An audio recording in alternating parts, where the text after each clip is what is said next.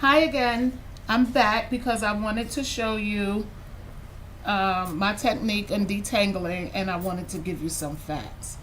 Okay, so fact number one, with 4C hair, a lot of times you get these little balls. I don't know if you can see them, but you get these little balls. If you have left your hair out for longer than a week, you're definitely going to get the balls. And what happens with 4C hair is that it's so curly that you very rarely see it fall to the floor. So what happens with 4C hair is that when the hair naturally sheds or falls or separates itself to, because you know you lose some strands every day, what happens that the hair doesn't fall straight down, it gets coiled up, it gets caught up in the curls, in the coils of the hair. So it creates a tangle and a resistance to get through it. And then what happens is it produces those little balls. So a lot of people with 4C hair, they get frustrated. I know I do when I see those balls because I think my hair is breaking off. But keep in mind that you do have to treat 4C hair as if it's fine hair because it is easier to break. So even though it's dense and it looks so nice and full, it's really fragile. So we want you to learn this technique in detangling with your fingers. Some of you already know that. And if you go through it with your fingers and kind of get the tangles out, you'll get less breakage when combing and less shedding, so you won't see a lot of hair fall. But keep in mind that if you do not comb your hair daily or every other day, when you do comb it, you're going to see some hair in the comb. So what you really have to do is take your time and get through it with a wide tooth comb and comb through it after detangling with your fingers. You have to comb through it properly by using a method, a detangle method, with combing out the ends first and going toward the root. See, we got a little ball there. So what I like to do is get as much hair out of it as I possibly can. And sometimes it releases the ball, and sometimes the ball just comes out on its own, or it's just part of the breakage process. So I want you guys to remember that if you properly take care of your 4C hair, then you would have less breakage and less shedding. Less hair in the comb is really what we all aspire for. So you see, so what I do also is after I separate, I'm going to go through her whole head, but I'm just came back just to show you how I separate. And because I do this so fast, it may look like I'm doing it a little rough, but I'm not, because I can't not stand to hear hair break. It's the devil for me.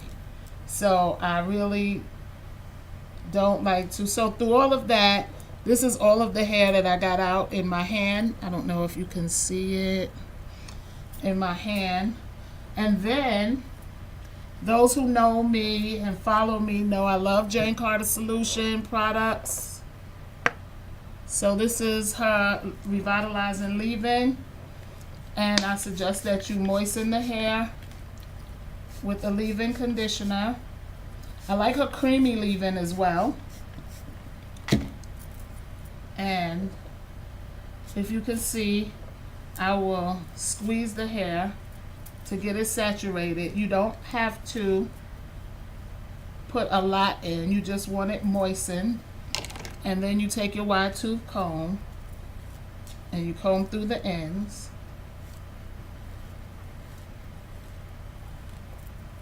And you go up toward the top. I hope you guys can see. I'm really trying to get through this as fast as I could because it takes all day to do Jewel's hair.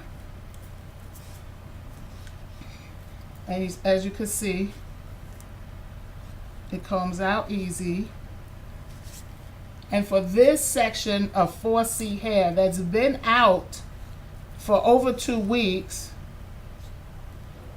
this is all I got in the comb. So it's not a lot. Ta-da.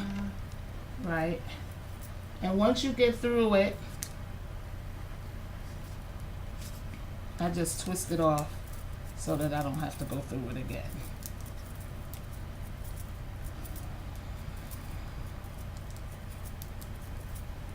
Even though it takes a long time to do Jewel's hair, this is a great time for mommy-daughter time because you get really good conversations from your daughter when you're doing her hair. So I suggest that moms who want to know a little bit about what's going on with their little girls in school or whatever, just take some time and do their hair. They'll talk. Oh, they'll talk. So here we are again. I'm just finger sectioning because at this detangle part, I don't want to use a comb. I'm going to just use my fingers, and you just want to listen because you don't want to hear hair pop. You just want it to get through the tangles quietly, as quietly as possible. And you just want to take little sections. Sometimes you could take smaller sections. Trust me, it will take you longer if you take smaller sections, but you really just want to eliminate tangles before you comb through. So once you get through, you don't have to use a leave-in conditioner. You can use a cream conditioner, a thick cream conditioner, and dilute it with water. Put it in a spray bottle and use that as well. Pre-detangling with a conditioner is always good for strengthening the hair. Always use water-soluble products. Nothing too heavy that's going to sit on the hair and weigh the hair down or clog your hair cuticle. You want it to penetrate, even in the pre-wash process or the detangling process. You still want the good ingredients to penetrate the hair. So you want to make sure you are using a product that's water soluble. If you get to a part where it doesn't come apart or separate easily, what I like to do, like let's say like this, I can't get my finger all the way through. I like to pull it at the ends. Pull it, and then I will separate because I don't want to hear the hair pop.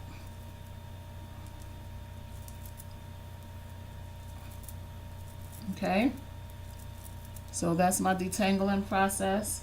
I'm going to go ahead and get through Jewel's hair. Jane Carter solution, revitalizing leave-in on the ends. Sorry. Don't spray a client in the eye.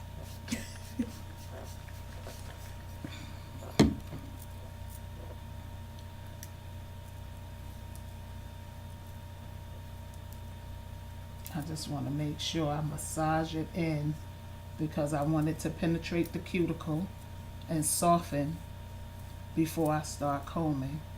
And meanwhile, I'm still separating to detangle because the more I separate to detangle, the less hair in the comb. We're back to the ends, and we want to take our time. See, at the ends is where you're going to get most of your hair because that's the hair that couldn't fall to the floor. So that's where you're going to get most of the hair that gets caught in the comb, in the ends. And if you can't get through, go back to the ends. Don't force the comb through. Go back to the ends, get rid of the tangles, and work your way out. If you get to the top, you're just going to comb out until you can't go anymore, and you're going to start at your ends again.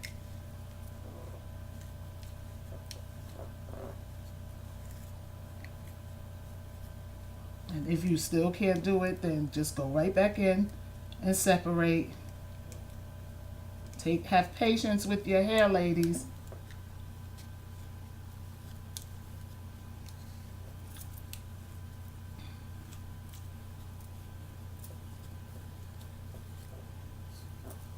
I want you all to embrace your natural curl, because your natural curl is just what it is. It's not going to be anything other than what it is. You can stretch it out. It will still revert back to its natural state, which is a little bit of shrinkage. And sometimes the shrinkage looks really, really natural. It may not look nice to you or the way you want it, but to another person, you'll always find that when your hair doesn't look its best to you, someone always says your hair looks nice.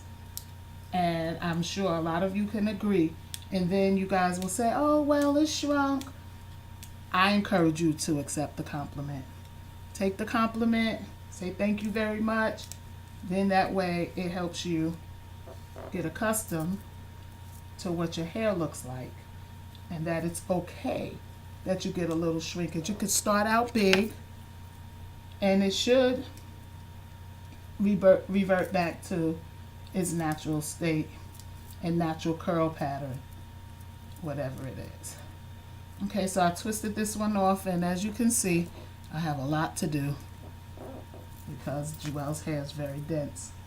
So I'm going to get through all of this, then I'm going to wash, and then I'll come back and show you how I do.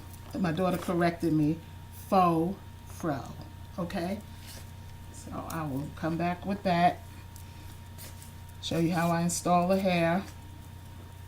It's a great protective style, and you can achieve the length of the afro that you want with this method, and it'll look natural, and you can most likely get it wet. You don't have to worry about all the particulars like shrinkage or getting it wet, or I always advise you to tie your hair up at night, but when I have my faux fro, sometimes I don't. So, and it still looks fabulous. Make sure that when you are doing protective styling, you are continuously caring for your natural hair that's on the base of it. Just because you have a protective style doesn't mean you don't have to have hair care for the roots, the scalp, and the hair that's being braided down or being protected.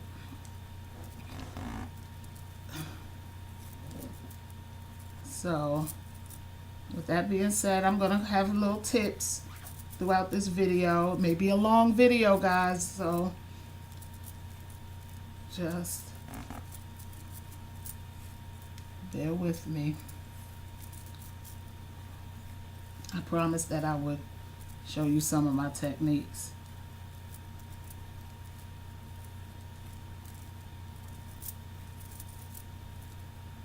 So that's what I'm going to